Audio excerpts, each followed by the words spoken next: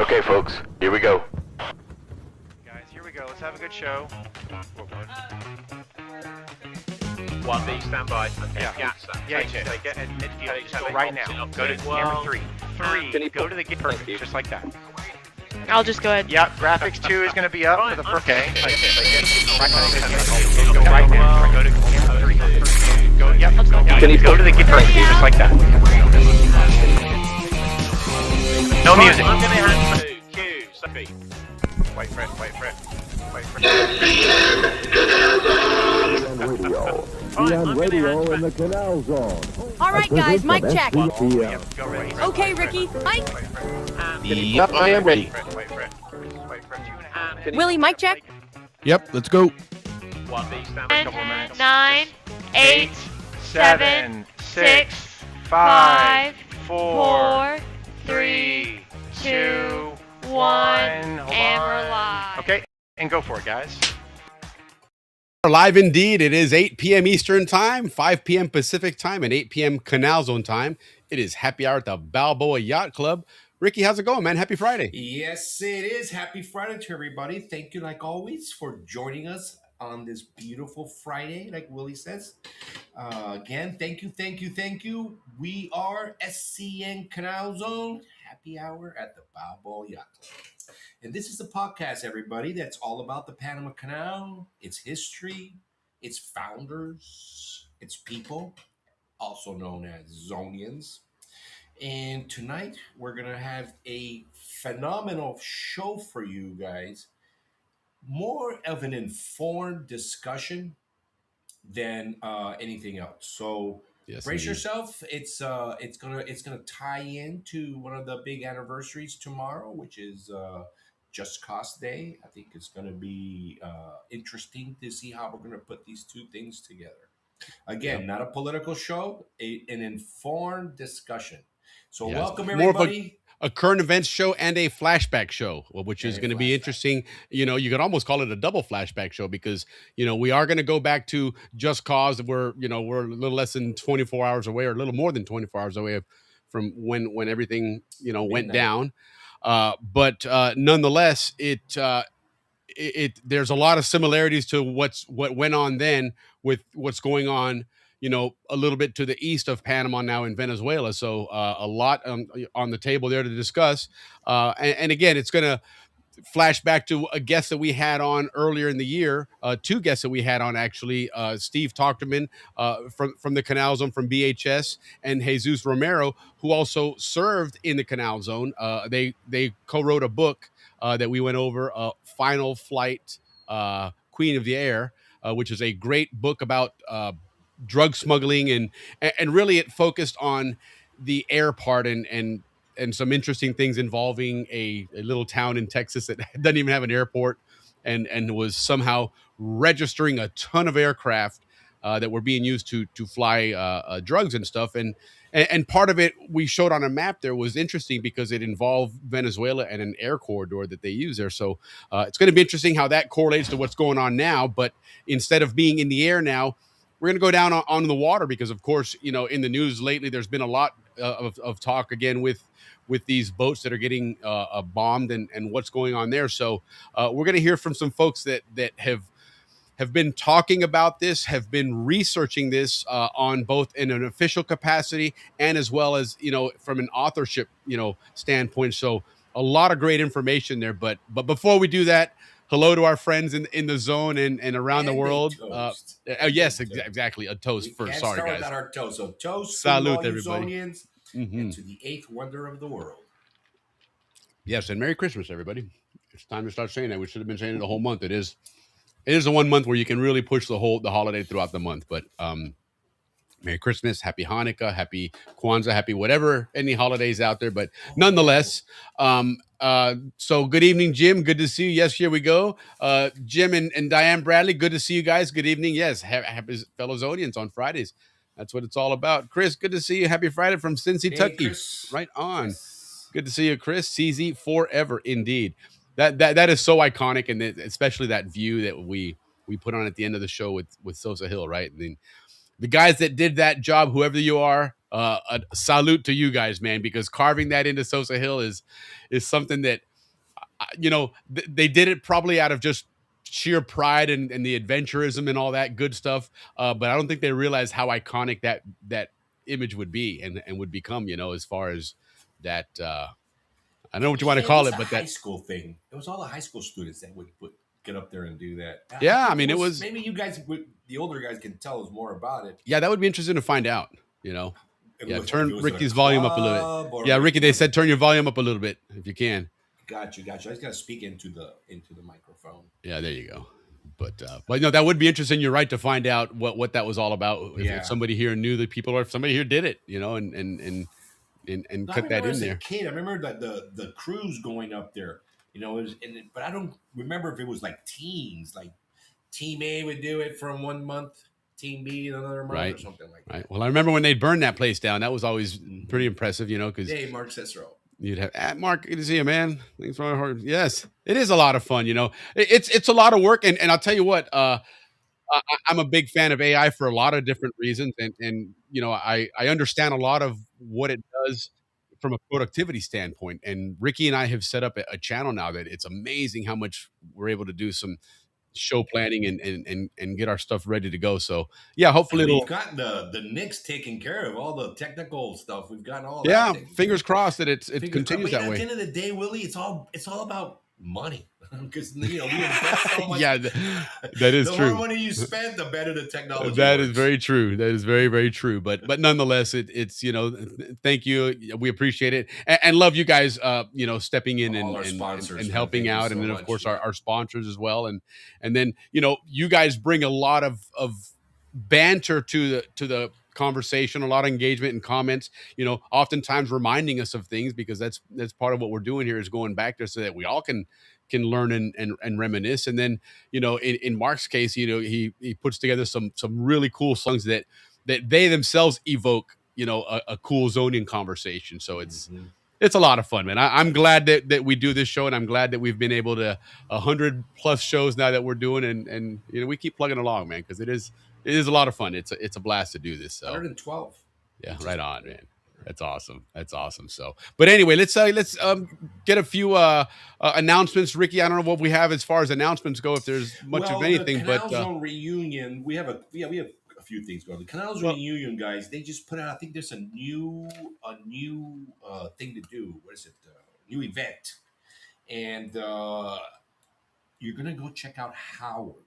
Howard now, guys. Howard is the future of Panama.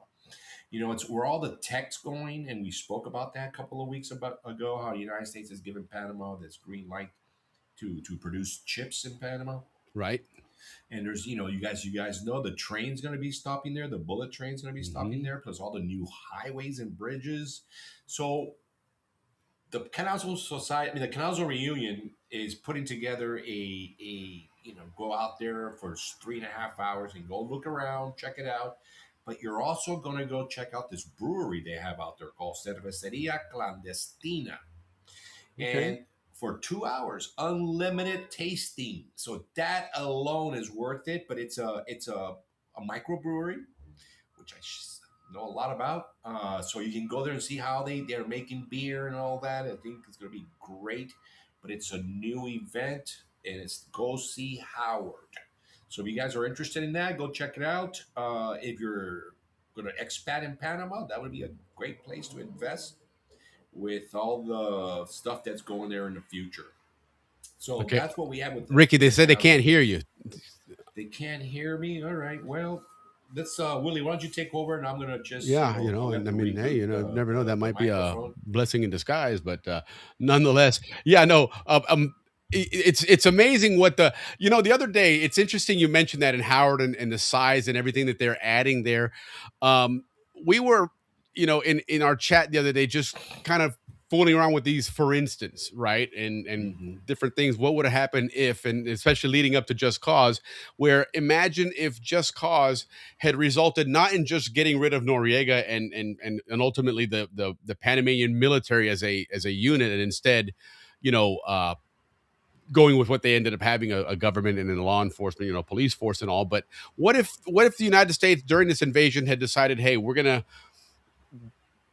take the canal and the Canal Zone back and all that stuff? And I thought, okay, so again, not trying to get into anything political or this, that, or the other. It was just one of these, for instance, right? If it was, imagine if, and then we're thinking, okay, so if that was the case in 1989, which is when this happened, right? And then what would happen if we fast forward now to 2025? What would the canal zone be looking like, if the United States in 1989 had gone back in and said, hey, you know what, this ain't going to work. We're going to have the canal zone back. And so one of the things that I theorized was that it would continue to grow. And of course, many Zonian kids, like perhaps myself and others, would have stayed there and tried to get jobs there. And if that was the case, where would they expand to? And I thought, well, there's a whole West Bank area, Coakley, and and all that area out there that would be a new canal zone area. So that was just kind of an interesting conversation to have. But it would be interesting to see. So, what are your thoughts if we were to, for whatever reason, again, not to discuss whether we could have, should have, did or didn't, but if the canal zone had continued, where would the canal zone be, or what would it look like today in 2025?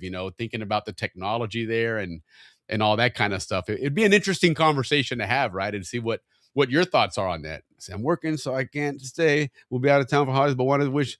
Oh, absolutely, Jill. Well, Merry Christmas and Happy New Year to you as well. And enjoy your holidays and your work and whatever else you're doing. But thank you for reaching out and have a great weekend, Jill. Awesome. Ricky, you back?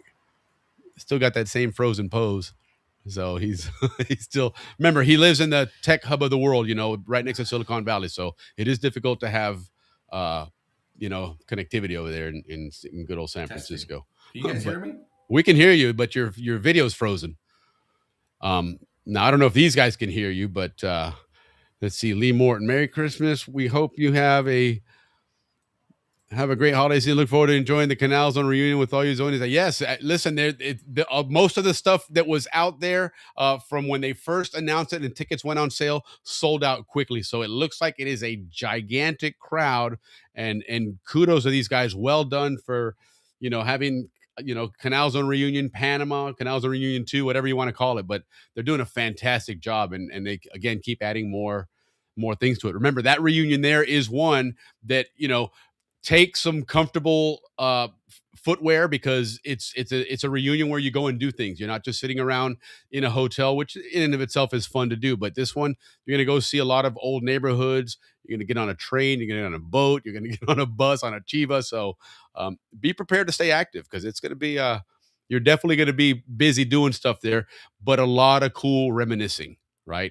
It's going to be different. Just be ready for that. It's certainly not, for a lot of people that haven't been down there since they left many, many years ago. It's certainly not the same Canal Zone, not by any stretch. But there's enough there that, if you've traveled overseas anywhere else, it's kind of nice to be somewhere where it is overseas, but it is familiar territory, right? Because you'll see stuff there that you certainly will recognize. I would say the probably the most, in my idea, and I've only gone back to Panama 2 times since I left in '89, so it's not like I'm up to speed and familiar with it. But I stay on a lot of social media, and there's plenty of Zonians and Panamanians that film and take pictures of stuff. But I would think that the most unchanged area of the Canal Zone, I would say, would probably be like El Prado, that area. I would say probably because it is so iconic in the way it was purposely designed and whatnot, that that would probably be the one for me. Sheila, how you doing? Good evening. Good to see you. Paul, good to see you. Merry Christmas from Panama. Yeah, right on. So, Paul, what is, in your opinion, what is the most of, more or less, like the residential areas and stuff, and I guess even the public spaces, but what is the most unchanged from Canal Zone days to now in Panama? Yeah, throw it in the chat there when you get a chance. I know we got that bit of a lag there, but yes, Merry Christmas to you as well, Sheila. We're at that season now. We're only a week away, right? I got to say, I like Panama the way it is today. Be nice if the zone, let's see here. Sorry, I put it up on the screen here. Be nice if the zone was still part of it, but all things changes the only constant. Amen to that, right? The more things change, the more they stay the same, or the more they stay the same, the more they change, whatever that saying is. But yeah, indeed, that's absolutely true. And it is Panama. The zone was a United States territory, so it was run and lived like the United States. It's now part of Panama. It's run and lived like Panama is. So, but you look at Panama in general and what that country has become, and I mean, just even the thought of having a metro and a subway and all that kind of stuff was probably not something we would have thought of 30, 40 years ago. And so that's pretty good. La Boca looks pretty good. Right on. Yeah, it does. Obviously, that one end of it is changing dramatically now with the new bridge going up, which is interesting. In fact, that I'll tell you what. While we're trying to get Ricky to do what he's doing, let me cue something up here. I got this video. I came across this video recently, and let me see where it is, because this has to do with the new bridge that's going up and where it's at. It's really, really impressive what they've done. It's absolutely impressive. Okay, Willie, I have no sound or voice. Okay, well, we're I would say, Ricky, if you can hear me or somewhere on, maybe if you're watching it, jump on your phone. You can at least do that, and that your camera and stuff will work there. You don't need the computer to do all that stuff. Then, I mean, we had Coach Bales on from Japan on his phone, walking around in his son's backyard at 10 o'clock in the morning in Japan. So the phone definitely works good. So give that a try. Let me look at something here. Here it is.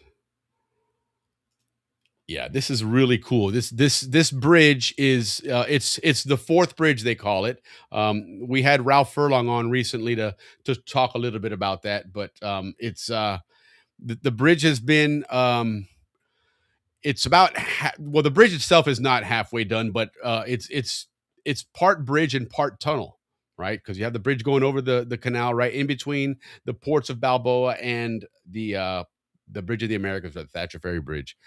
And but right underneath it, or next to it underneath, is a tunnel that's being dug. It's going under the canal and coming up, and they're going to run the metro through that thing. And what we found out is that Panama and the canal zone is let me flip that again.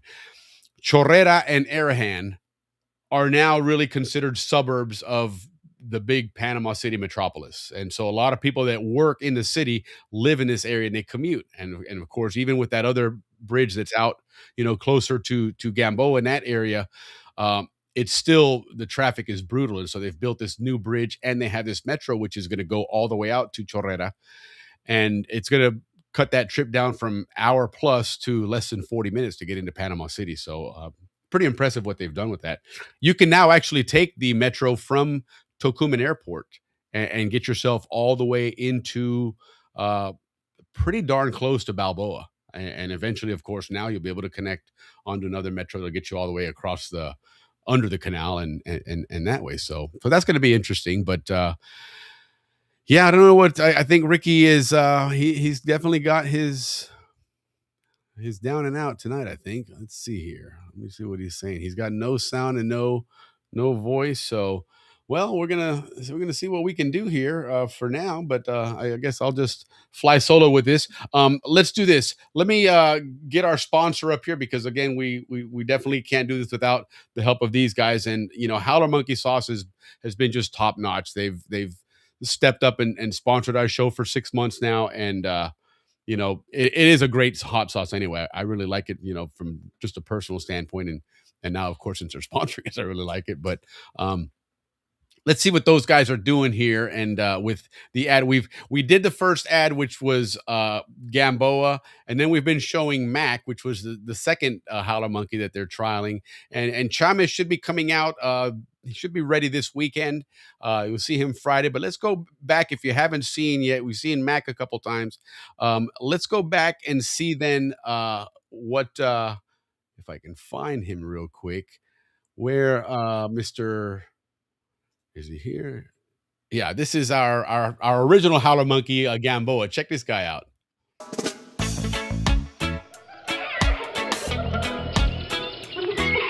Howler Monkey Sauce sent me to the jungles of Panama in search of their new spokesperson, and let's see if we find them. Hey, listen, you don't need to keep looking for a spokesperson. You found me. I love this Howler Monkey hot sauce. Wow. Okay, and what's your name? They call me Gamboa up here in these trees. Roll camera and action. This one, the Amarillo, is going to be amazing on chicken. Trust me. Do you know a howler monkey who can describe the sweet heat of our original with authentic ají chombo peppers, or the fresh punch of verde where habanero warmth meets crisp bell pepper? How about the bold tang of Amarillo, yellow Scotch bonnets blended with mustard seeds? And of course, our hot, the same great flavor as original, with red habaneros for that fire. Our sauces are all natural, no preservatives, gluten-free, pure flavor and pure fire. Are you the next Howler Monkey spokesperson?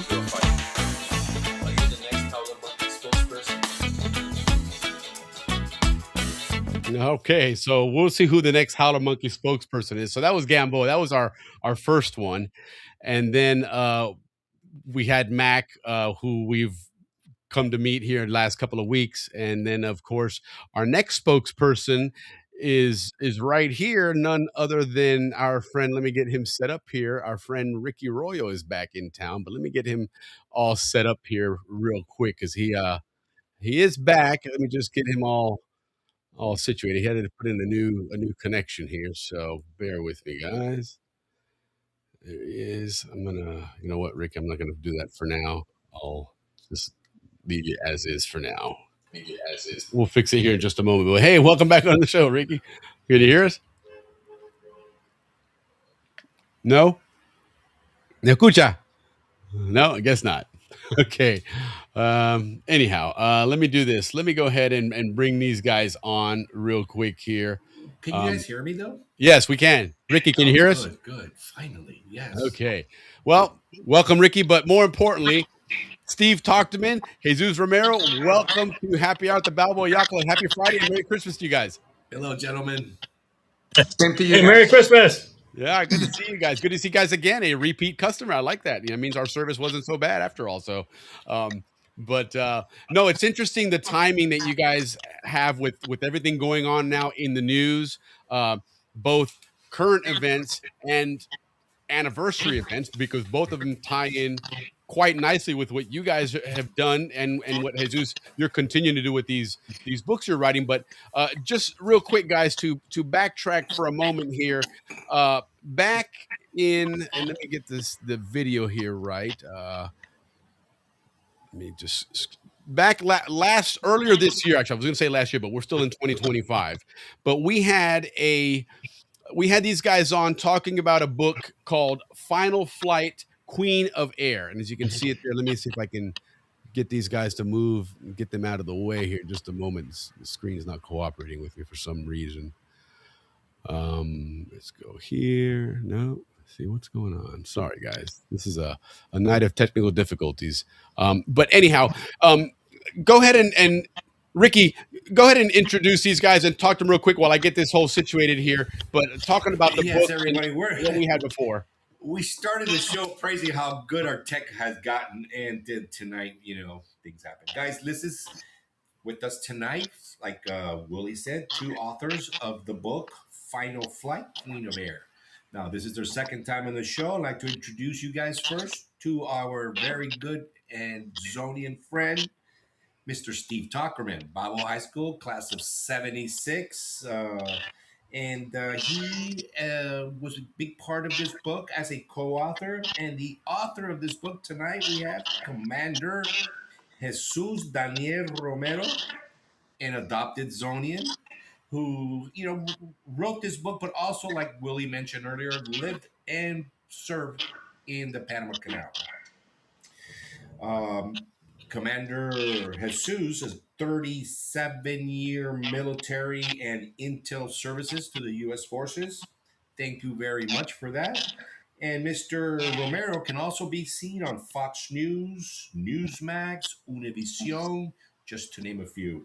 So we really, really thank you for being with us tonight to go over these really important issues that we're all facing now on the news daily, but also tomorrow being Just Cause anniversary, there is a small, not a correlation, but similarities in what's happening then and what's happening now. Yeah, and small is putting it lightly. I mean, this is, if you ask me, this is almost a mirror image. And you know what? We've done enough talking. Steve, starting with you here. Um, Final Flight Queen of the Air. Give us your background on where you wrote this and stuff, and then we'll go ahead and start talking about Just Cause, and then segue into what's going on currently today in Jesus's book. But go ahead and give us your story first. Okay, yeah, sure. Hey, thank you. Hey, Ricky, boy, I'm going to be in big trouble here if I stay with BHS 76. I actually graduated in 75, so we got 75. to All put that right, to all right. bed. My bad. I should have asked, but I thought I had remember you. Well, it's not a bad for a guess. I mean, it wasn't bad. It was only off by a year. Yeah, no worries. No, hey, so I started working with the FAA, the Federal Aviation Administration, in 1980. Worked with them 35, 36 years or so. And I was posted in Tampa, Florida, Belgium, Singapore, and Atlanta for 20 some years, and I finished out my career in Atlanta. And I was in the law enforcement assistance program. So basically, my job, and it was a very very small group of people, like 13 people across the country, and our primary mission was to support federal, state, and local law enforcement officers on aviation cases. So that's what we did, whether it was in the United States or outside the United States. And I spent a lot of time doing the international cases in the Western Hemisphere, all the way down, Central South America and stuff. So it's a lot of good people I worked with, a lot of different agencies, and so we ended up working,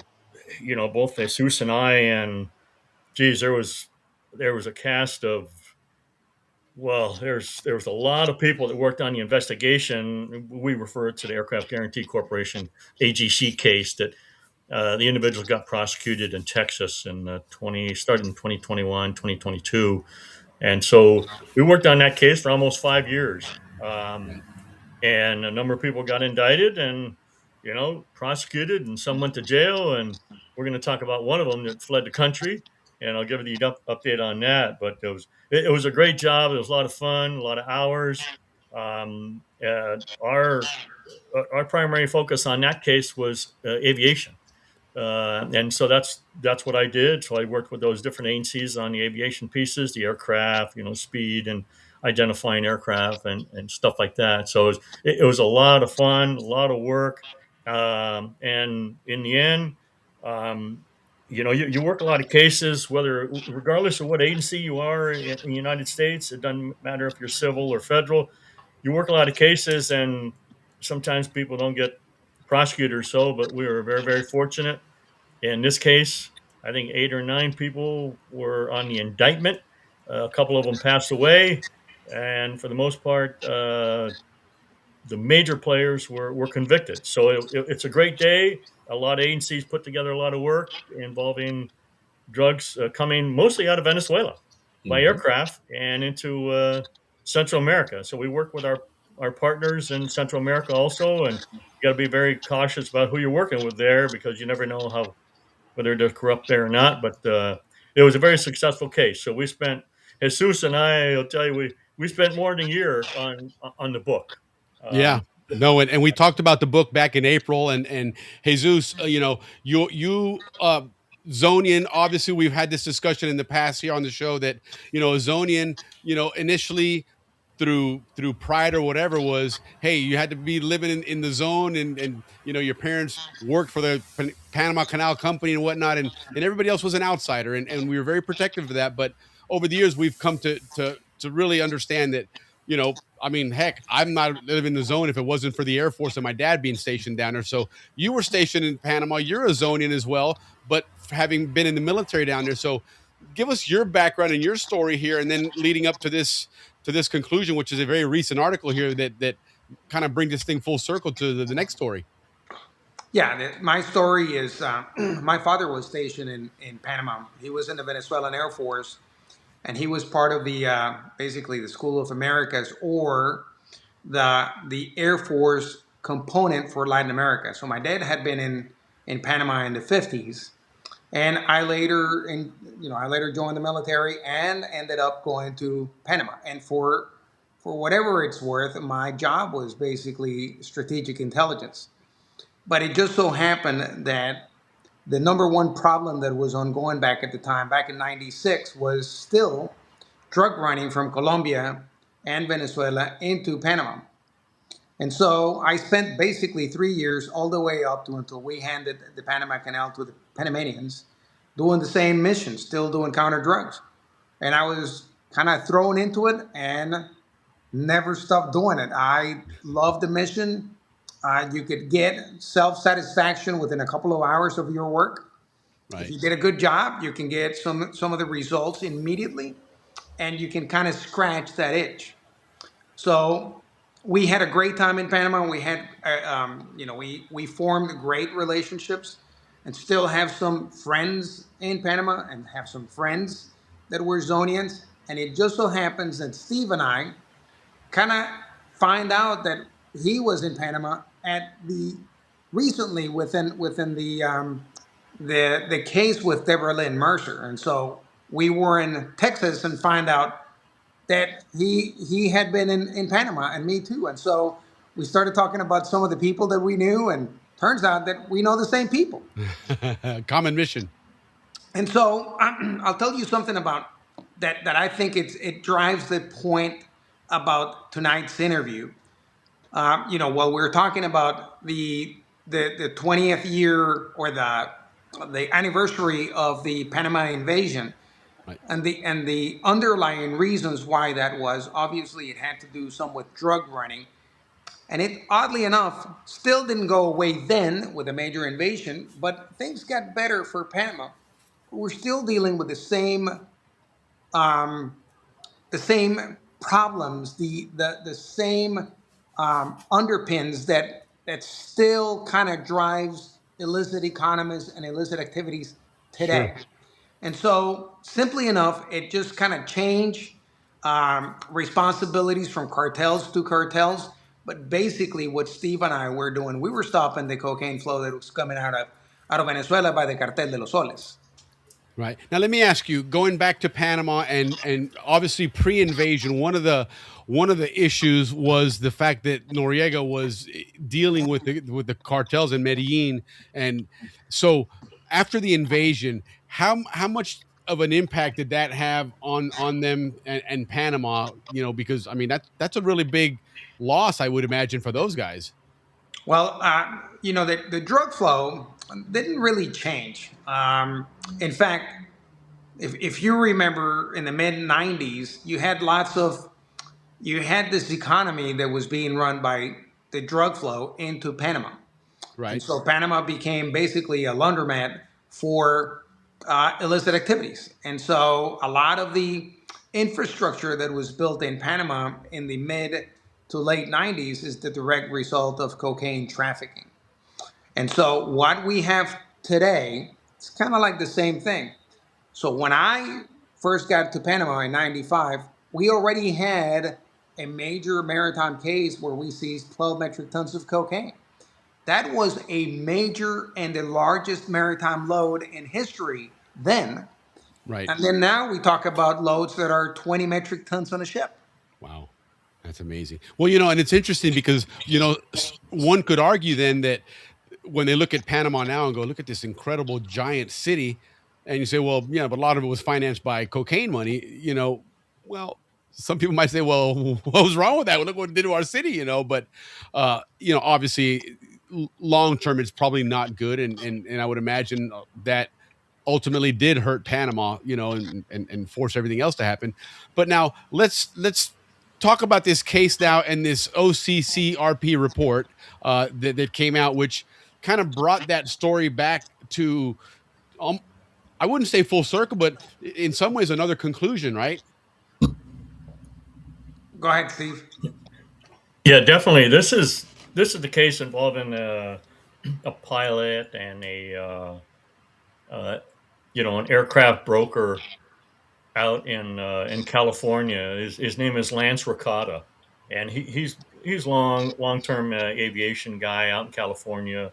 A lot of people know him in Southern California and et cetera. And he ended up, he was an aircraft broker, and uh, he got convicted.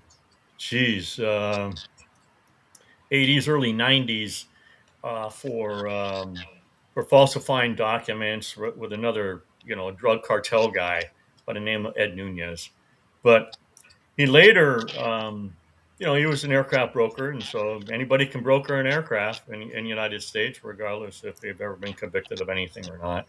So Lance was, broker an aircraft, and lo and behold, this OCCRP, which is a really reputable, organization, and they do a lot of good reporting, not only on drug smuggling, but a lot of other investigative cases. They do a lot of investigative journalism, really good. They worked on this for about a year, I guess, give or take. But Lance Ricotta brokered a number of aircraft. Now, he's not in the indictment that we're talking about in the case that led to Final Flight Queen of Air. However,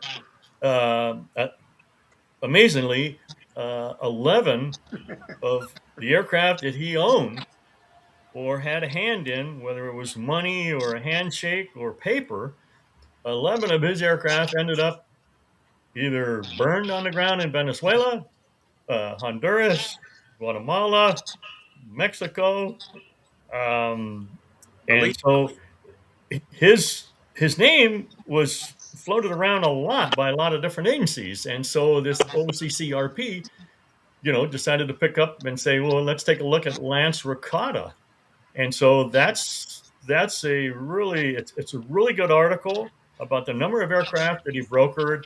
Well, let's talk about that real quick, Steve, because that was in the crux of the book. This whole ability to literally have aircraft. I mean, you're talking $1 million aircraft change hands more than once in a day. In fact, so and this was happening in a town that didn't even have an airport.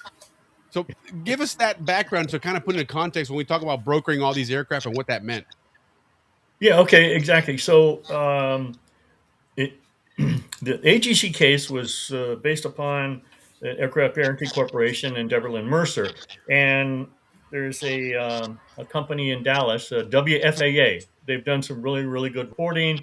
And a lot of agencies, including FAA and military and HSI, DEA, ATF, a whole bunch of agencies, IRS, worked on that investigation. So they registered about 1,200 aircraft in Onalaska, Texas. Yep. Onalaska, Texas does not have an airport, right, but they had about 1,200 aircraft registered, basically in that town. So the process to register an aircraft has been a problem for many, many years. And so here's the problem. To register an aircraft in the United States, it's 2 pieces of paper. It's a bill of sale. It's a registration application form. And $5.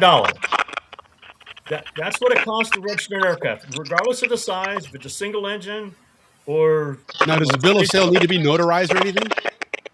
None of them. None of them has to be notarized, and most of the paperwork is sent through the mail, so nobody sees anybody. So if you want to register your car, typically you go to a DMV. Right. You may have to present a driver's license or some ID or show, you live at a certain address through a utility bill or something like that. If you want to register a trailer, it's the same way. If you want to buy a house, you go before, usually you got some attorneys and things like that, and you get notarized and you got to show money and et cetera. But in the aviation business in the United States, it's $5 and 2 pieces of paper through the mail. So if you wonder, oh my goodness, could there possibly be fraud involved? I mean, right. You're almost encouraging it at that point. Exactly. There's cases where people just basically stole aircraft from other people by falsifying their signature on the bill of sale, and then they registered it themselves and said, that's my plane, and they sent in the $5. And by the time they figure it out, that plane's long gone. It flew away. Exactly. So getting back to the AGC case with the 1,200 aircraft, $5, 2 pieces of paper, most of the aircraft that they registered were in a trust. Now, it's illegal to register an aircraft in the United States if you're a foreign citizen. You cannot register an aircraft in your name as a foreign citizen, but there's workarounds. So you can register it in a trust.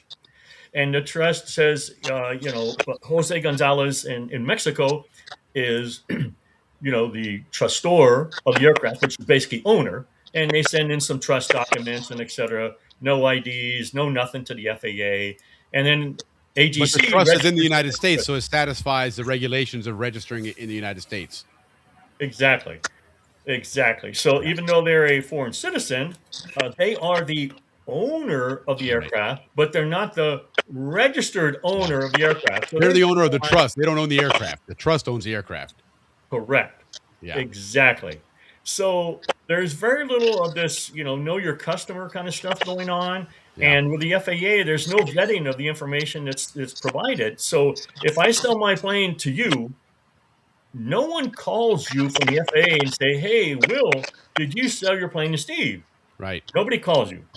Nobody calls me to say, "Hey, Steve, did you buy a plane from Will?" And nothing has to be certified or notarized on the paperwork that's sent to the FAA. And so those documents get sent. So what you're saying is that it's more challenging to buy a case of beer than it is to sell an aircraft. Exactly. There's no ID required. Makes sense.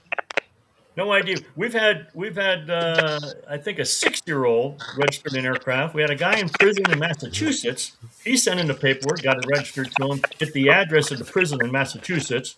We've had drug traffickers, convicted drug traffickers register aircraft in the AGC case. The guy was online on Google as a convicted drug trafficker in Mexico, and AGC just, oh yeah, well, we looked at the guy, he was okay. Well, they registered a plane to him, they sold a plane to that guy, and next thing you know, that thing ends up on burning in Guatemala after it ran about 1,200 kilos of cocaine.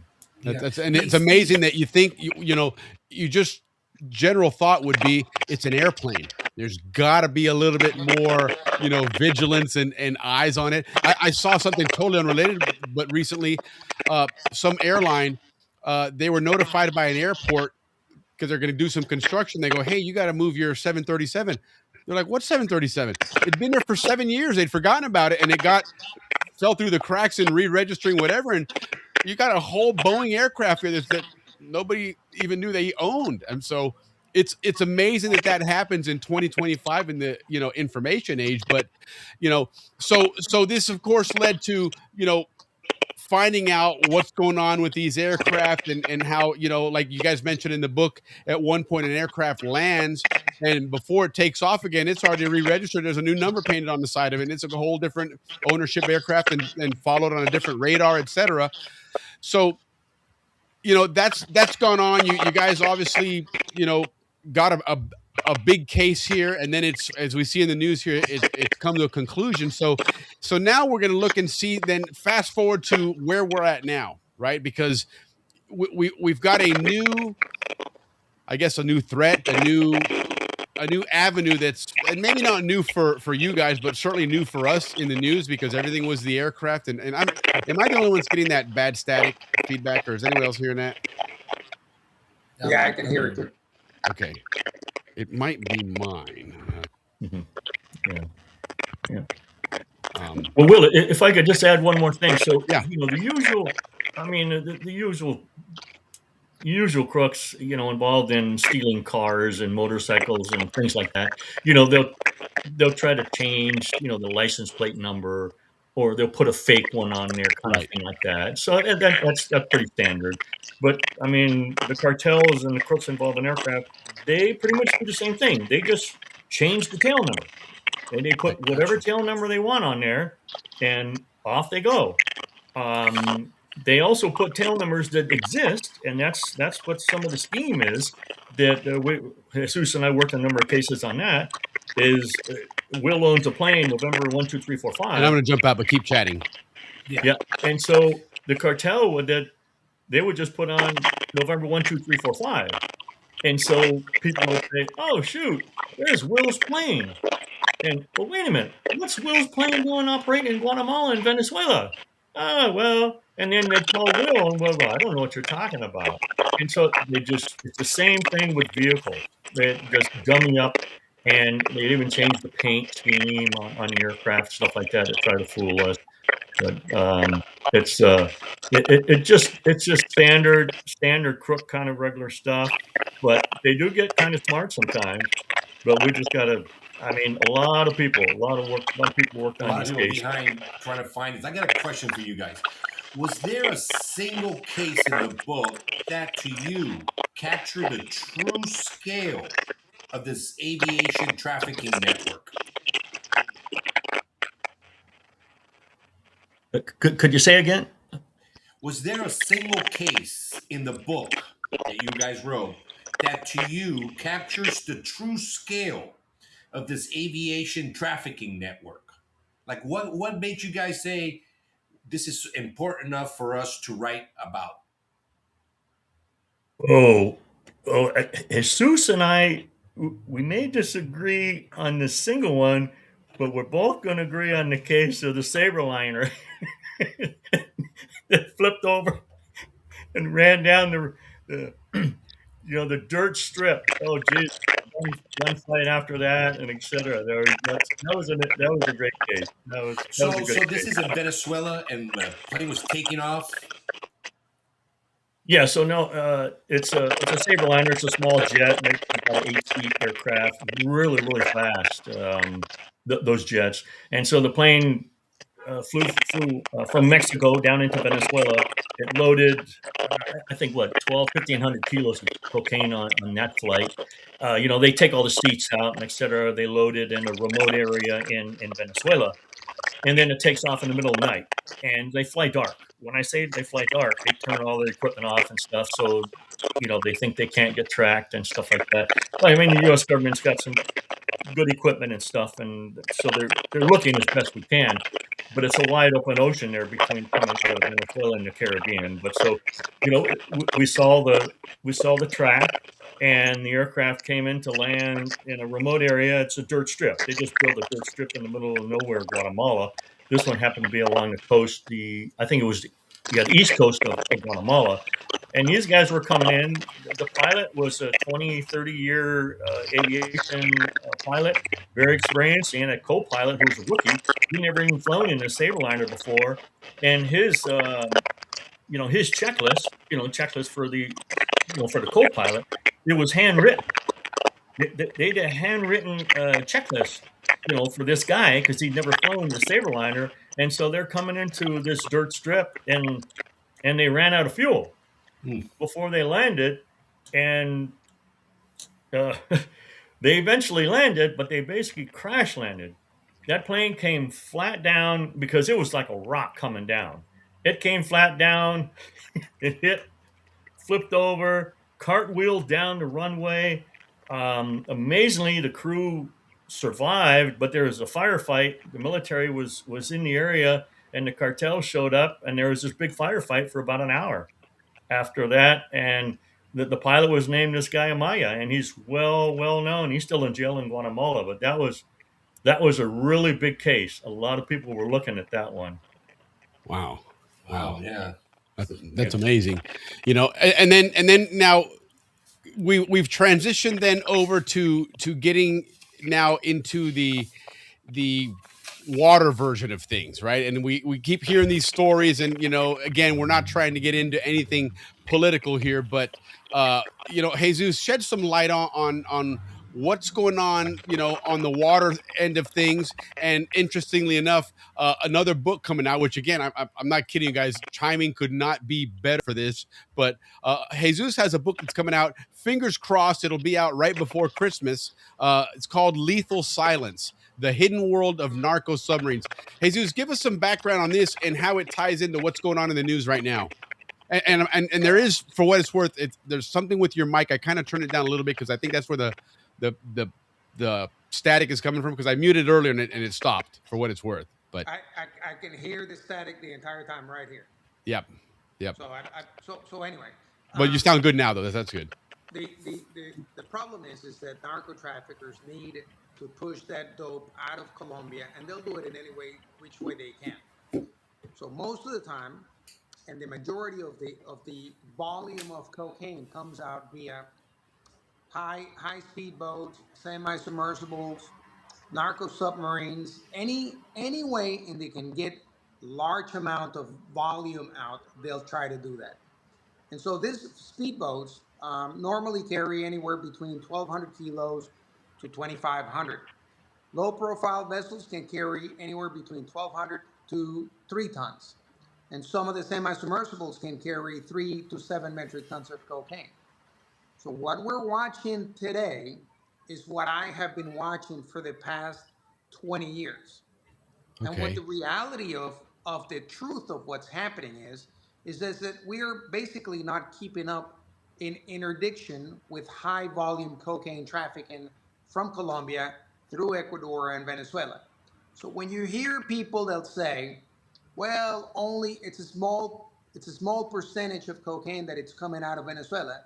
But what you don't hear those experts, because they're self-appointed experts, they'll never tell you what that amount is. They'll never tell you what that 9% is. Well, I can tell you, it's a lot. And Right. it's enough to say that there is hundreds and thousands of those maritime events that you're watching on TV or that you're watching on social media that gets reported by the Department of Defense. So we were watching that all the time. Now, if you are out there with all of the resources you have with the U.S. Coast Guard under Title 10 and Title 14, you can hit some of those loads. But you're never going to be able to hit all of the loads, and that Right. is what the problem and crux is. So you have a high cultivation percentage coming up every single year after the Colombian peace deal that was signed in 14 through 16. The coca production never stayed below or never went down. In fact, it more than tripled in the last couple of years since the signing of the peace accords between the FARC and the Colombian government. So what they found out is that taking the dope out of countries like Venezuela and Ecuador, it's the easiest way so that you don't bring the attention of the US government purely into Colombia. That's pretty sneaky. But we're living the results of those bad policies today. And so when you cannot even keep up, this is the problem that you have. And Right. so when you start looking at, and people say, well, that's the same way it's been through the Pablo Escobar days. We're not even close to the Pablo Escobar days. We're way beyond that. And as a matter of fact, we cannot even keep up. The US government says that they stopped and they disrupted 420 metric tons of cocaine last year bound to the US. Well, we didn't even scratch the transnational criminal organizations. We didn't even put enough people in jail. This is a fact. We put away anywhere between 5 to 600 narco lancheros every year. And these people will go and serve time in the US. And you add 500 this year, 600 next year, 700 the year after that. And before you know it, you have a population of narco lancheros, about 10,000 in the US, serving And a these are the pretty folks that are big getting on these criminal sentence. boats. These are the folks getting on these boats, taking them up to the U.S. Yes. And so when you let them out, what's the first thing that they do when they come out of jail? They'll do it again. Right. Yep. And then they get caught one more time. And so this is the turning, it's basically become a turning around door Sure. for these people. So they just come out and they come back and they do it all over It's a again. revolving door for them. Absolutely. Well, so let me tell you what the bad deal really is. So you always hear about fentanyl, and you hear people talk about fentanyl, and then they'll say, well, that's not what's coming out of those boats. Well, here's what the truth is. So you remember that we had a big opioid crisis here in the US by about 14 through 16. Right. So basically, we had the largest addiction populace in the US, and it was heroin. Heroin was the number one problem in the US. It was not Right. opioids. Opioids obviously was becoming a problem because doctors were the ones prescribing it. And so there were pharmaceuticals involved and all of that stuff. So Congress did a great job. Congress kind of put the kibosh on that. And what happened was, it's that caused fentanyl to start coming from China. And then it started coming through the Mexican cartels. Well, the problem with fentanyl is that it was killing people. So Right. one small little dosage would kill you. So the narcos figured out well, we can't really live by killing our clients. Right. Yeah, it's And not going to work. so we got to find a way so that the fentanyl can be taken without killing. And they found out that mixing it with cocaine, what's kind of like reduced the chances of you dying. It was still lethal, but it was less lethal than just giving you pure fentanyl. Sure. So what you're here right now is when you hear about people saying, well, there's hundreds of thousands of Americans dying of fentanyl, well, the truth is that it's fentanyl mixed with cocaine. Right. So now the whole thing about cocaine increase makes sense. So you need more cocaine so you can mix it with smaller dosages of fentanyl. In order to move your fentanyl, you got to have more cocaine to mix it with. And that is what most people can get to seem to think about how this whole thing affects American citizens. And so Right. we don't have enough resources to interdict and board, search and seize. We just don't Right. have enough for that. Right. But when you actually look at the underlying reasons why Venezuela is particularly being the subject of this issue, is because they've taken cocaine as a matter of conducting basically an asymmetric warfare against the U.S. based on an ideology. And that is what the problem that we're having today. So when you look at is the Cartel de los Soles the same thing as the Sinaloan cartel or the Cartel de Jalisco? They're not. They're not even remotely close because the Cartel de los Soles has become the head of a narco state. There's not another narco state anywhere in the world. Right. There are no narco states in Mexico, so Mexico is still a country that still kind of has some rules and some Sure. facade of a democracy. They have challenges enforcing their laws, but they are still a sovereign country with laws. In a way. Yeah. So, Right. and so when you On paper. when you look at the U.S. strategy that's kind of like risen to priority levels now, basically what we're saying is this: if we continue allowing this drug shipments from making it into the U.S., before you know it, we're going to have a crack type of problem in the U.S. like we had in the 90s. Right. And so rather than living through that, I think that the policy it's congruent with the threat.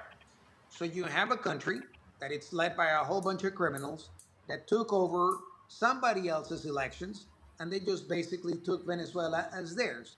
So now you were hidden, you've been shielded from law enforcement and from international scrutiny by having a narco state. And that is the big difference that we're having and we're seeing in today's politics.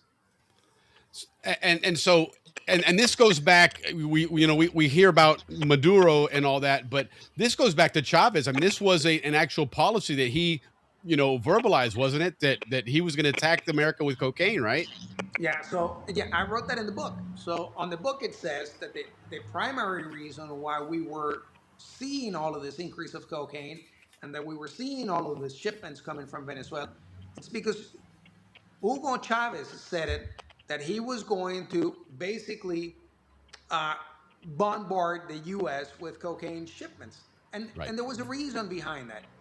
It was based on the ideology to keep the left, the socialism of the 21st century. When Chavez used all of the petroleum money, when he kind of broke the bank, he figured out that in order for him to pay for the socialism of the 21st century project, he needed money. The irony is, he needed George Washington back up so Right. that he could pay for it.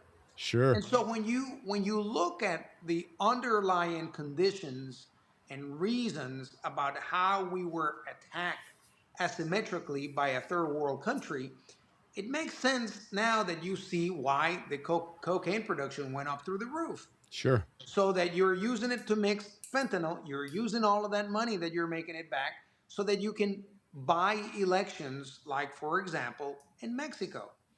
Claudia Sheinbaum would have never won the elections in Mexico had not been for cocaine money proceeds directly from the cocaine air bridge that it's on the book. Right. Right. Well, and it's interesting you mentioned that. And Steve, you and I were talking the other day about this, and uh, that we talk about this interdiction and how we're bombing these boats and whatnot. But you brought this up that well, what about all the aircraft being shot down in Venezuela? And I asked you, well, wait, that doesn't make sense because Venezuela is behind pushing this. But talk about that quote unquote tax, to fly in and out of Venezuela, which is one of the ways they're raising money.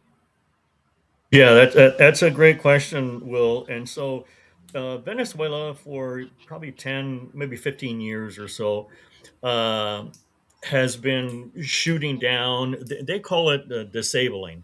They disable aircraft. Okay, and for the most part, these are drug smuggling aircraft that are flying into Venezuela in the middle of the night, usually from the north, Mexico, or some from Peru and Bolivia and Brazil, etc., stuff like that. But so the aircraft fly into Venezuela, and they go to this remote area along the Colombian border in the northern part. It's called the Apure region. And so they land there in the middle of the night, they load, and and then off they go. Okay, so Venezuela has air traffic control. They have military air traffic, and they're looking for this. It's a sovereign country, and so they're worried about getting invaded or military or other aircraft flying through their airspace, just like any other country. So Venezuela figured out, well, heck, we're gonna, they were always taking a cut. They were always taking a cut, percentage of the cocaine proceeds, Sure. usually by kilo. And so they decided, well, we're going to continue to take that cut, but now we're also going to charge everybody who wants to fly in, kind of like a landing fee. So if you fly from, say, Atlanta to San Francisco, you got to pay a landing fee when you land in San Francisco. Correct. And any other. Okay, so the landing fee for a drug plane into Venezuela is hundreds of thousands of dollars. It's not cheap, and so Cost of basically doing business. that's the cost of doing business. And so there's advanced knowledge that, say, on Tuesday night at between 10 and 11 o'clock at night, a plane is going to come in from the north along these coordinates, etc., into Venezuela, and it's going to go to the Puri region. And so Venezuela sees the aircraft. They can see it. They can see it. They know the plane's coming. They can see it on their radar. They can hear it. It's coming in. And so someone in Venezuela at a high level says, let it go. Let it go, and it flies right into the Puri region. Takes a couple hours, loads up, refuels, and then as it flies back out, somebody at a high level in the cartel in Venezuela tells air traffic, let it go. No problem. And the military aircraft, Venezuelan military aircraft, stay on the ground. Now, if you do not pay, which the crooks, they don't like to pay. Yeah, you're dealing with crooks, so it makes sense. You're dealing with crooks. So the crooks have sent tons of aircraft in without paying the fee in advance. Those aircraft get disabled by the Venezuelan military. Shot down, disabled. They let them land, and they blow them up. They burn them. Pay to play, man.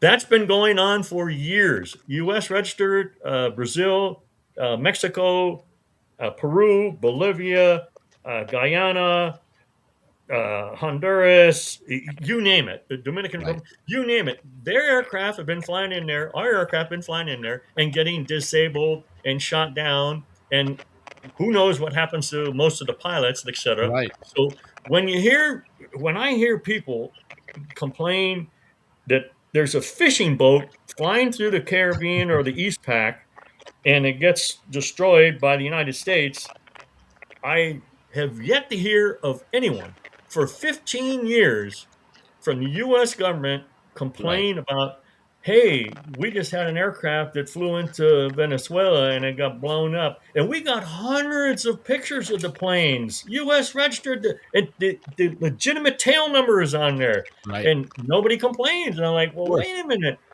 You guys figure it out, U.S. government. You guys figure it out. But we all know what's been going on. And that's just the way it operates. No, absolutely. It's way too much money to not impact somebody and buy influence everywhere, including in our own country, and that's allegedly. But so let's go back and focus then on what's going on here. And briefly, Jesus, tell us about what you've got in store here, because this is Final Flight.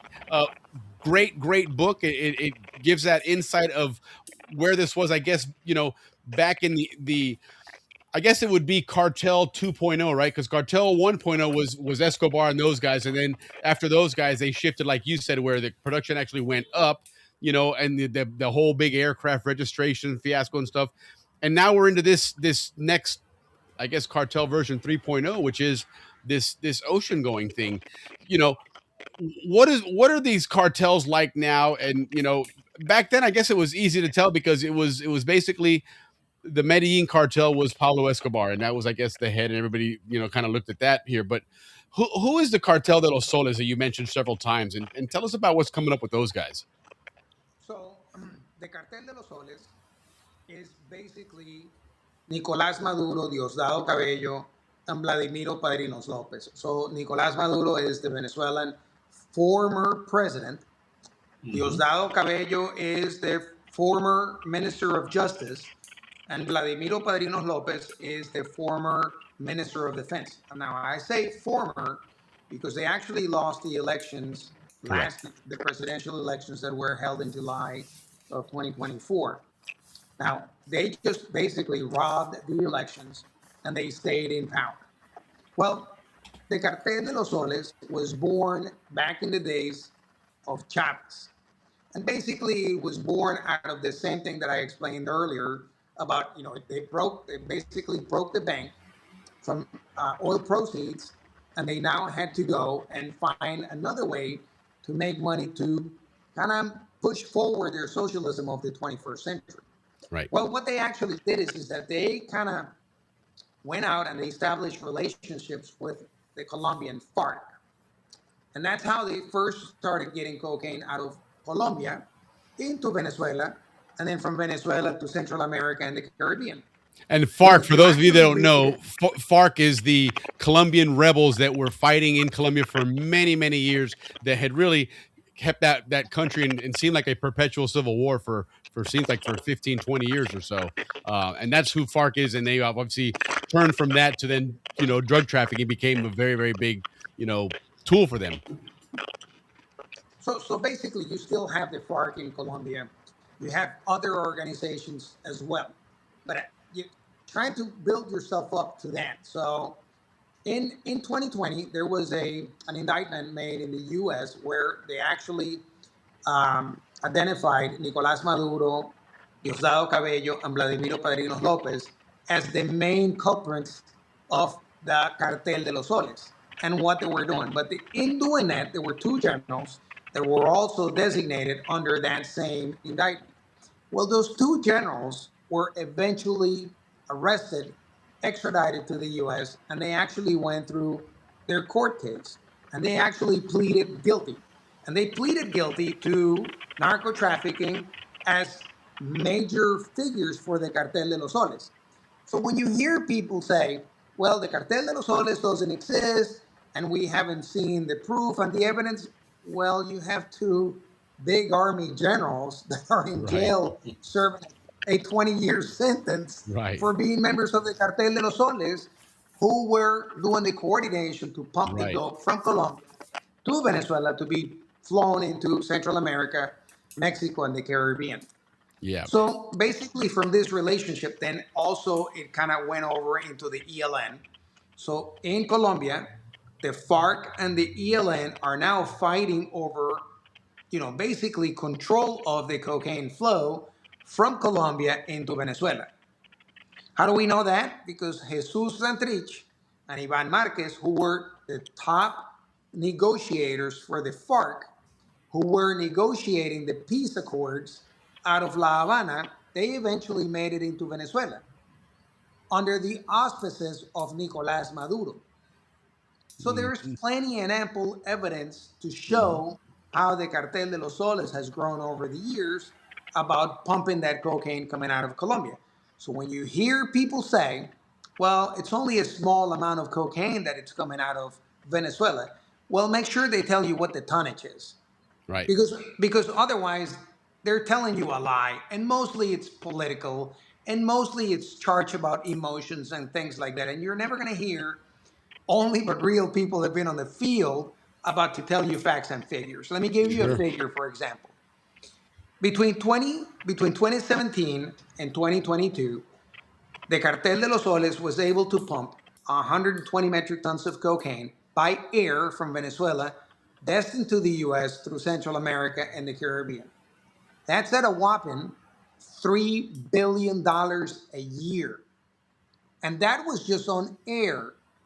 Now, meanwhile, you still have the maritime flow coming out of Colombia, coming out of Ecuador, coming out of Venezuela.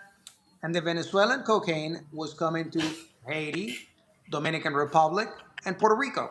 Now, if you know anything about violence in Puerto Rico, it's mainly caused by Colombian cocaine, by taken through Venezuela. And then you have a failed state called Haiti, and it failed because of cocaine that was coming out of Colombia through Venezuela.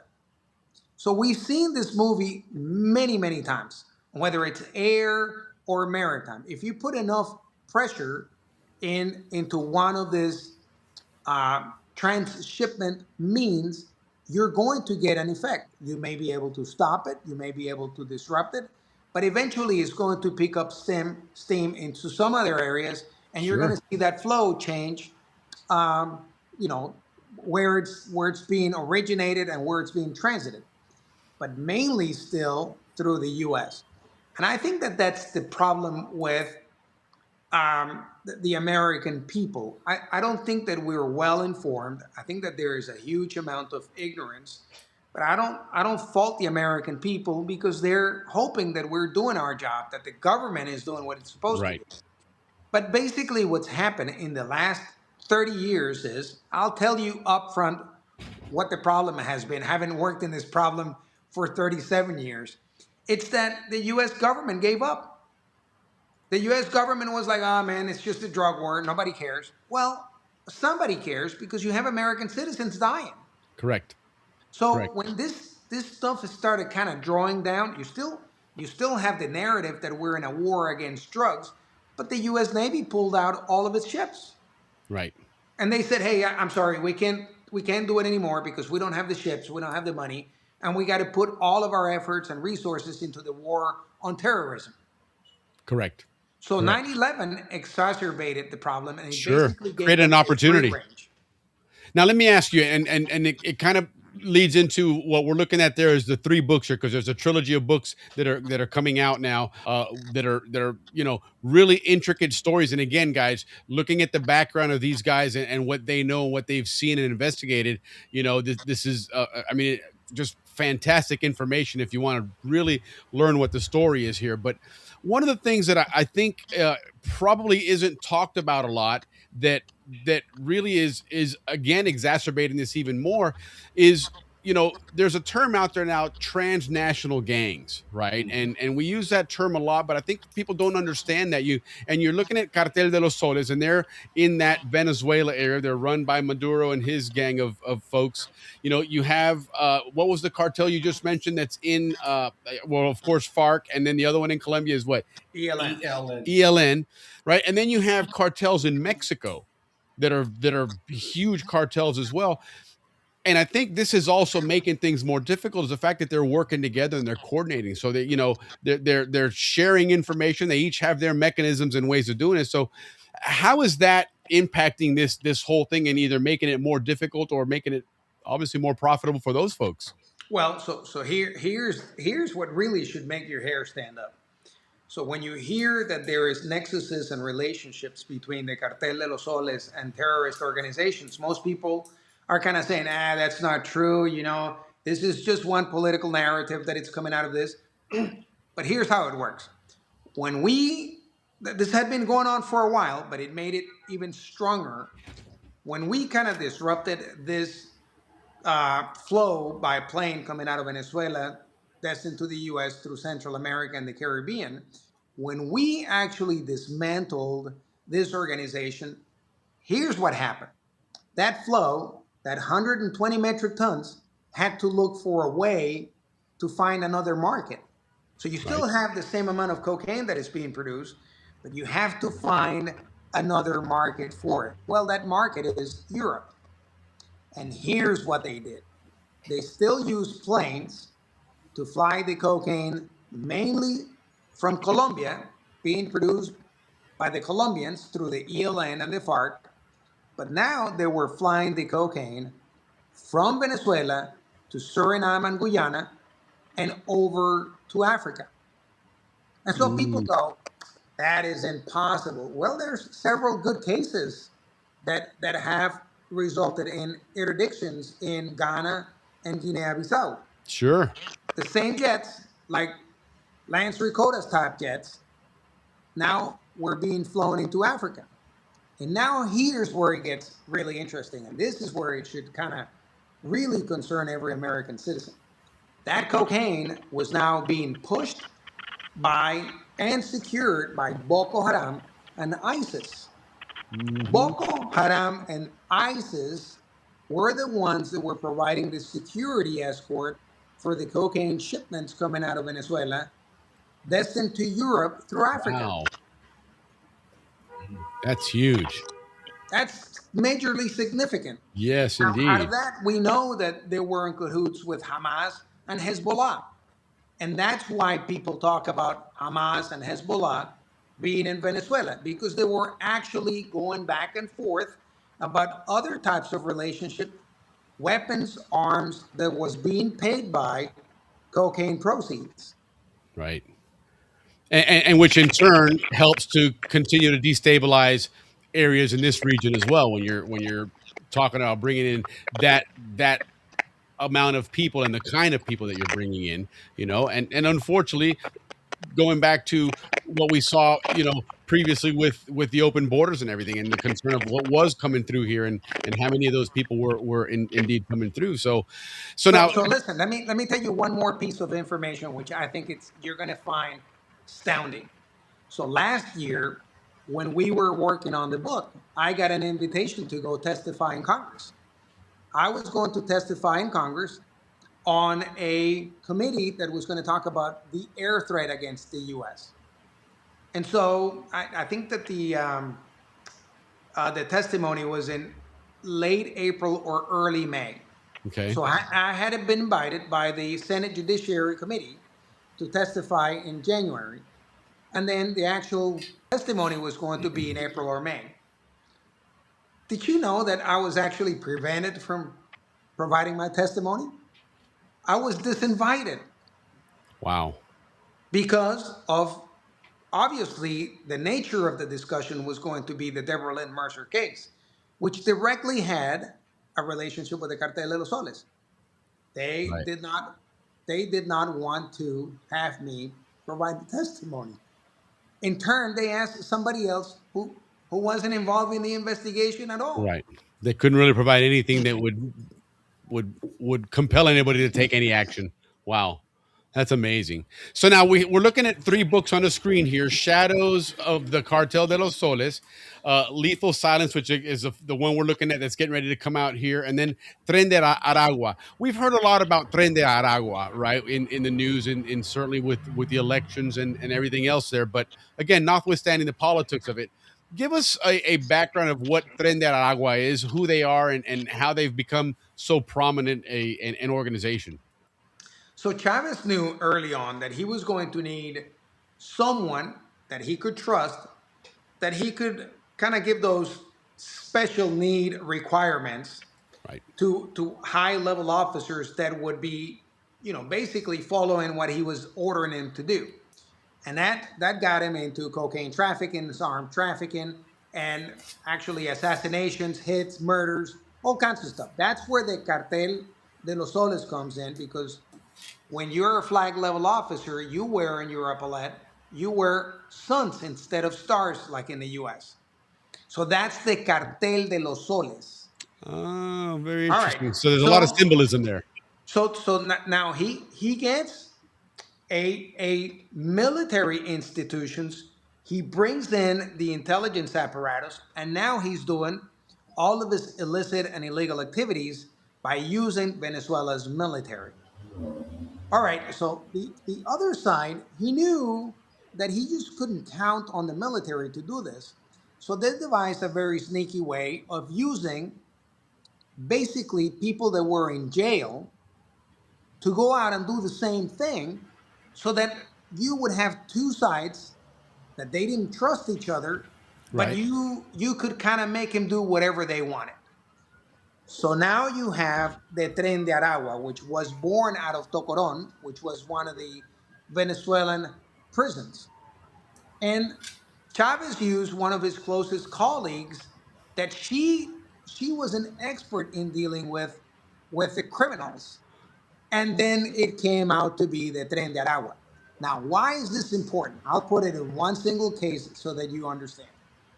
About 2, 3 years ago, the Tren de Aragua, with members of the Cartel de los Soles, they traveled all the way to Chile to conduct a hit and an assassination against a Venezuelan opposition member who was a Navy officer, who had been a Navy officer, who had been outspoken of the Venezuelan regime. So much so that they actually had a hit on him in Chile. This was right out of a movie. So Right. they killed him, they put him in a hole, and then they poured concrete on him. And then finally all of this stuff came out. This is what's happening in Venezuela. This is what's happening to the Cartel de los Soles. So when you hear in today's environment, when you hear about the damage that the Tren de Aragua has done, it's exported into the US. So you Right. have a whole bunch of states. So this is drove all of this stuff to really drive out the Tren de Aragua out of the US. They were in Florida, in New York, in Colorado, Texas, California. I mean, basically they were everywhere in the US. And this is the result of what we're living. This is the last thing. Got you. I got a question, but at one point I thought this question was going to be huge, but you've experienced so much. What surprised you the most doing this research for this book? I mean, your stories sound great, and I'm sure there's got to be one in there that really surprised you and said, you know what, this has got to be why I'm writing this book. Well, I think that what surprised me the most is that this is actually a ground level truth. While we were kind of having some few levels of success, right? We finally figured out how to kind of stop some of the flow. You know, we were driving the Guatemalan military out into the places where the planes were landing. What I did find was that the U.S. government, and I'm talking about the national level government, was really not interested. And in so much so is that they were not really helping. So when we would ask for water and food and MREs and sat phones and paying the sat phone cards, all of that became real slow. I mean, it came in lost in the bureaucracy. And let me tell you, I'll be quite honest. I had shared this with Steve while we were conducting the investigation. I felt alone in Guatemala doing all of this work. I didn't get a whole lot of help from the U.S. government. And I thought that we had lost the war, even though we won and we stopped the cocaine flow by planes into Guatemala, which was basically going to go into the U.S.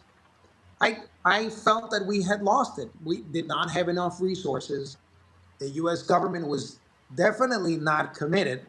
And I thought it was after 37 years, I told Steve, I'm walking out the front door. It's not that I just don't want to.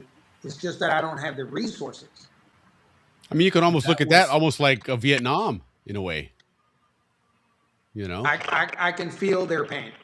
Yeah. So that would be the biggest surprise, at least for me. I thought it would be more like, you know, Al Qaeda or something involved, but yeah, that we threw in the towel and basically gave up on that war, and now we are where we are. force us to have to fight it again and take different measures, you know. And now, Steve, you know, going back to the initial story and again these air corridors, you know, where are we at now when it comes to the the whole registration fiasco, and has that slowed down at all, or is that still a problem with air and stuff? And where's that at now? Okay, so um, it has changed. It has changed actually by the cartels, not by the U.S. government. So the registration process for aircraft in the United States remains the same. Of course, It of hasn't course, changed one bit. unbelievable. So now there are fewer aircraft being exported or sent to Mexico for drug trafficking purposes, Right. and I truly believe this, and in part is that it wasn't the book, it was the investigation and the prosecution, and people got convicted. So basically, in the indictment, which is available online. If you can't find it, send me an email. I'll be able to happy to send it to anybody. Is it three or four of the largest aircraft brokers? Now, there's one he was not charged that, but he's charged another one. The four of the five largest aircraft brokers involved in these flights and sending aircraft, they're in the indictment.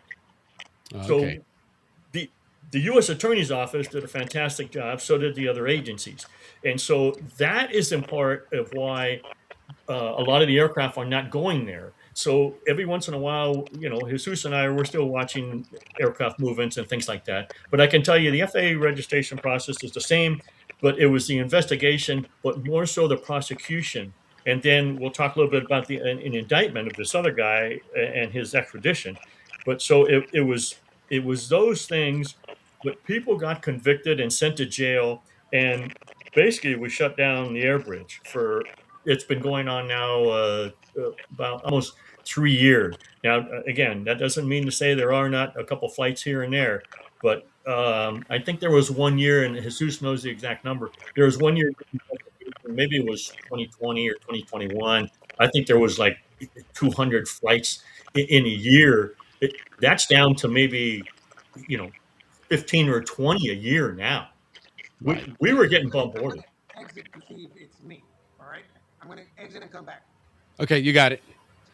Yeah. Yeah, so it It seems was like the airplanes are used to bring the stuff from Venezuela, from South America up to Mexico, but not into the U.S. correct. or Yeah. So or, the or aircraft. Haiti or Santo Domingo, etc. Yes, sir. That's right, Ricky. You've nailed it. So the aircraft would fly from Venezuela during the investigation. Fly from Venezuela into Honduras, Guatemala, Belize, or Mexico. The aircraft would land in remote airstrips. They'd offload the cocaine. The cocaine would go to the cartel and would be taken up into Mexico through by boat or by road, and then they would just burn the aircraft on the strip there, and they attempt to destroy the aircraft and identification, but we were identifying the aircraft. So all the cocaine, Venezuela into Central America, into Mexico, where it's all cartel run, and then that's where it gets into Mexico, destined for the U.S. And it typically comes across. There were some small flights in the U.S. from Mexico, but it's basically land bridge, and it's coming over land bridge and containers and things like that. If I could just say one thing, Ricky, you asked a great question to Romero. Is basically it was like, what do you think was one of the reasons why we wrote the book? And, and we wrote the book, and the primary reason that we wrote the book is, we both we're around 70 some years of service in the government, military, and civilian. Uh, we saw many years of cases where we could not get a prosecution, working with our federal partners, DEA, HSI, and et cetera. So a lot of cases were not made, in part because it's outside the country and it's very difficult. In this case, this was a success. We worked with 12 to 15 different federal agencies in the United States. We worked with 6 different countries: Mexico, Guatemala, Belize, Honduras, Colombia. These people came to the United States and testified in a U.S. court. All these people and agencies came together, and it was impressive as heck. And this is a story that needs to be told.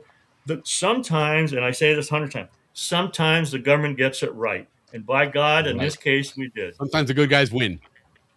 Yeah, and I just wanted to make a comment about some people are maybe sitting around going, "Well, what's the connection to Panama? Why are you guys talking about this on the Canal Zone thing?" Yeah, Okay. no, there's a lot. Let's talk about that. So, guys, Just Cause. I'm gonna give you guys what happened during Just Cause. Like, He was what going to make a caused point, Just Ricky, but Cause? okay.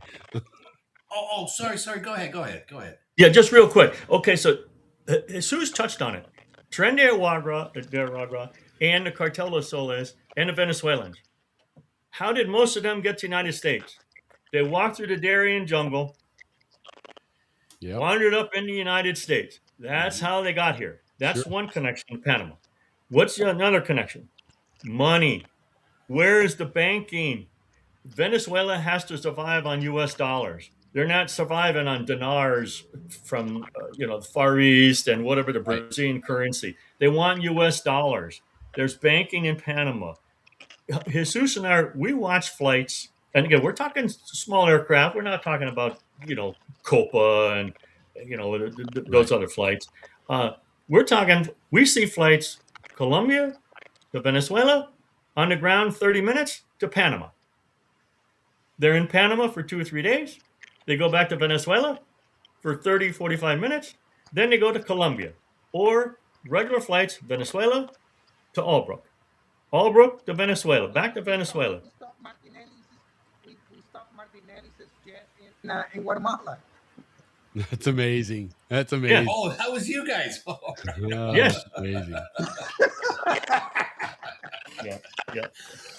Yeah, no, it has to feed it, and it's so amazing that everything somehow goes back to Panama when it comes to the true nature and the importance of the transit point that is and always has been Panama. I mean, even for 500 years, and even now, it becomes that to get it now up into Central America, into Mexico, and then over into the United States and everywhere else. Now, let me ask you, talking about these books, because we definitely want to promote these books, and guys, that first book, Final Flight, you can still get that. You can see it. There's a thing scrolling on the bottom there. You can get an autographed copy with free shipping right now if you go to the website there, finalflightqueenofair.com. So, Steve, go over that book. Give us a kind of a synopsis of the book so people know and make sure they get it ordered before the holidays. And then we'll switch over to you, Jesus, to talk about the 3 new books that are coming out. So, Steve, give us a background on that Final Flight again. Yeah, okay. So the background on the Final Flight Queen of Air book has to do with the prosecution in Eastern District of Texas, in Sherman, Texas. The U.S. Attorney's Office there took the case. It's the result again of almost 5 years of work by the military, the FAA, DEA, Homeland Security, IRS, Department of Commerce, Houston PD, a bunch of local agencies. Again, military and the other governments, Mexico and et cetera. So working on cases, we worked, Jesus and I and multiple agencies worked hundreds of aircraft cases for almost 5 years, hundreds of aircraft cases. And so no U.S. Attorney's Office is going to take a case with hundreds of aircraft cases, especially most of them what they've landed and burned, and trying to identify them and et cetera like that because of difficulties and validating who was behind it and all that other stuff. Sure. So the U.S. Attorney's Office took the case after understanding that it wasn't only us within the federal agencies here in the United States, but Guatemala had become extremely corrupt for years prior to Jesus getting to Guatemala. They may have had, I don't know, 10, 20 flights a year. When after Jesus got there, I mean, for whatever reason, the cartels switched. Well, hey, we're gonna send a lot to Guatemala and Belize. the largest air interdiction was in Belize. It was 2,500 kilos of cocaine. That's unfreaking believable on a Gulfstream jet that landed on the sand. So the story is about the good guys. We got it right. We did something right, and it's appreciative of all the agencies and the other countries that worked on this. And thankfully, the air bridge has been just about shut down into that Central America, and Sure. that's a beautiful piece to see when we talk about narcotics and And I saving remember, I lives. remember when you guys were on previously. We had that one map image, and it showed all those red lines, and it was a hard left that would go up along that coast of, or the border of Colombia and Venezuela, staying out of Colombia so you don't get shot down. And once they hit the water in the Caribbean, they made a hard left and went straight across over to Panama and Mexico and Guatemala, obviously, and all that. And so amazing that now that has come to a stop, but as far as the cartels are concerned, the show must go on. So they said, well, let's put that shit on the boats now and make them submersible and stuff. And this is where certainly Jesus, with your naval background and stuff, it plays a big role in this. But let's talk about those books then. The three books that you have here coming up. The first one again is Shadows of. Well, the first one is Lethal Silence, correct? Yeah. So listen, while I was trying to conceptualize the whole story about the book, the first book, Final Flight, I wanted to tell a story. I was trying to deal with some of my inner demons as I retired, and I was trying to conceptualize how I wanted to present this book. And so my wife was the one that said, why don't you just tell the story of what happened? And then when you get it out of your system, and people will know what you guys did, that it's worth telling that story. Sure. And just like Steve said, we wanted to make sure that the people had a chance to read and to understand what the government does well and what it doesn't do so good. Right. And so, the book, I thought that the book was very well written, and it was a great story. And I swore up and down, Steve knows. We lost him. But then it dawned on me with everything that was going on right now, right? What's going on with the contemporary politics about the drug problem. And so when people are saying that the Cartel de los Soles doesn't exist, and this is a narrative that is being carried on, and there are people that actually believe it, I thought, there is no way I'm just going to sit still here. And rather than become a part of the political problem, I'm going to focus my time and effort into actually writing a story that, in fact, matches the story of Final Flight.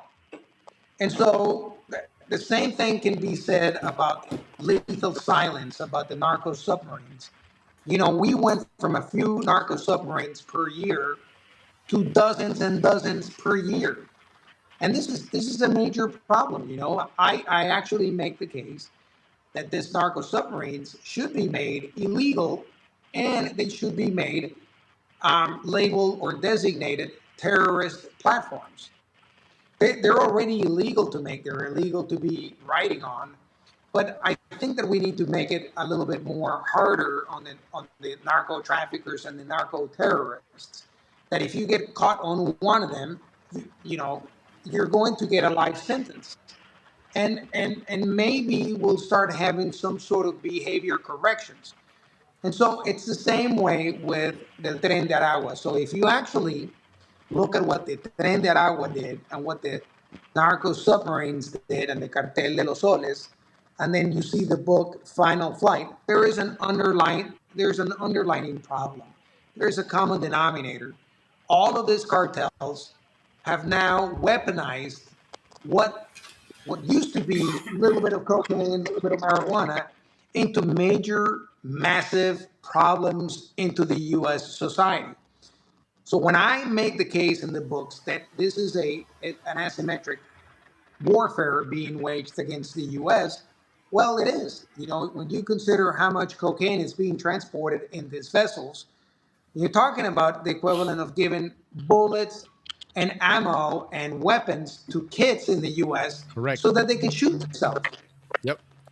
Absolutely. Like the 100%. opiate war of China. Yeah, no, Back in the 100%. day. It is, and again, that's why earlier I asked about the whole Hugo Chavez involvement, because this didn't just organically become something that Venezuela said, "Hey, look at this, we can make some money."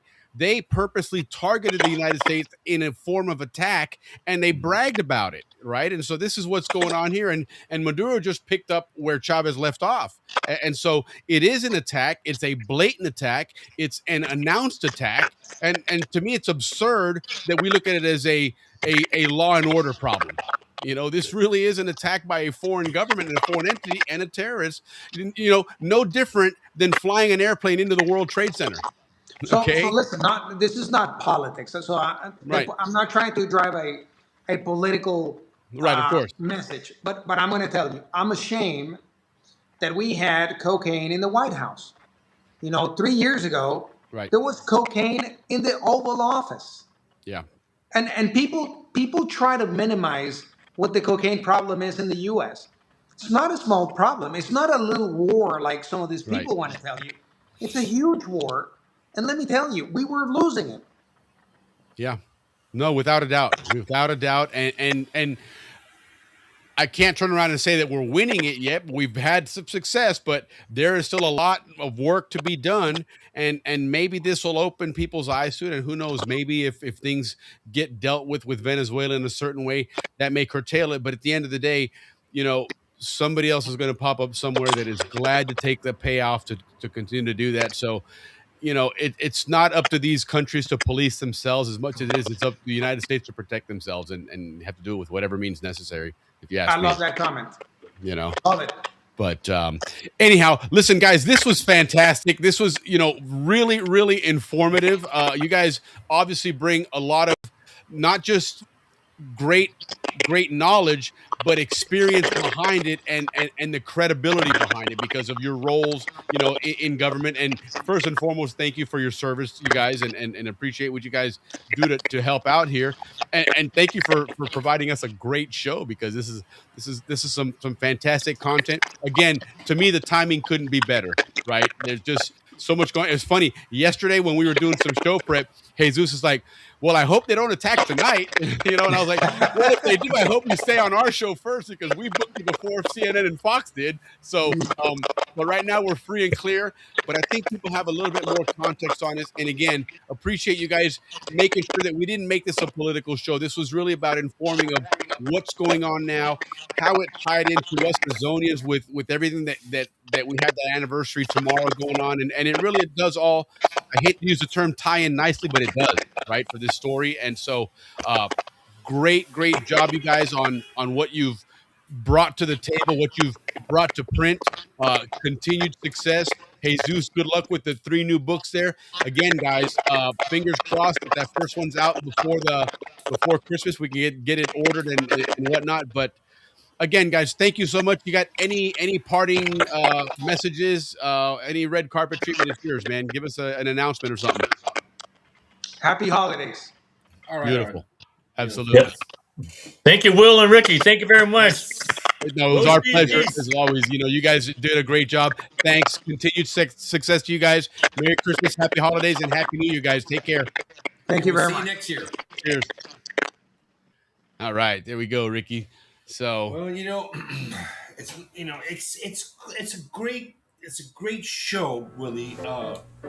Because it's tomorrow's the 20th, and so many things that are similar with what's going on there, like a dictator in power, stolen elections, narco connections inside a regime, right? Aggression towards U.S. interests, regional instability. I mean, exactly like 89 all over again. Yeah, and that's kind of why it was tied in with our show today.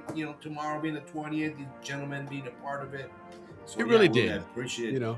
And we've done 2. This is our third Just Cause anniversary show, and we didn't want to do a similar one to the last ones because we've done that in the past, and not to belittle it or anything, but this was more along with what the current events are and stuff. So it was a lot of fun, very informative.